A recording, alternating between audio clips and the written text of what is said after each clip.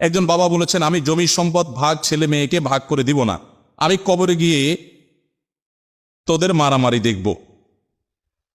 এটা কি ঠিক আছে কিনা?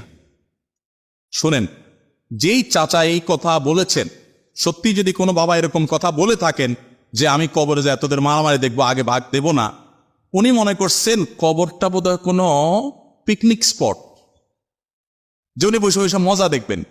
উনি যে নিজের আমল নামা নিয়ে দৌড়ের উপরে থাকবেন, ওরা সেই চিন্তা মাথায় নাই।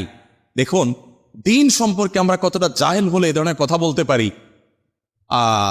আল্লাহ তাআলা একমাত্র ভালো জানেন। তবে এটা ঠিক যে মানুষের মৃত্যুর আগে তো ভাগ বন্টন হবে না, ভাগ বন্টন তো হবে কি মৃত্যুর পর, সেটাই স্বাভাবিক। হ্যাঁ, ওসিয়ত করে যাবেন যে কোরআন হাদিস অনুযায়ী সন্তানের যেন বন্টন করে, এর বাইরে যেন না যায়। অতীতে আমি অনেক গুনাহ করেছি, কিন্তু আমি আল্লাহর কাছে ক্ষমা চেয়েছি। এই গুনাহ ক্ষমা চেয়েছি, এই গুনাহ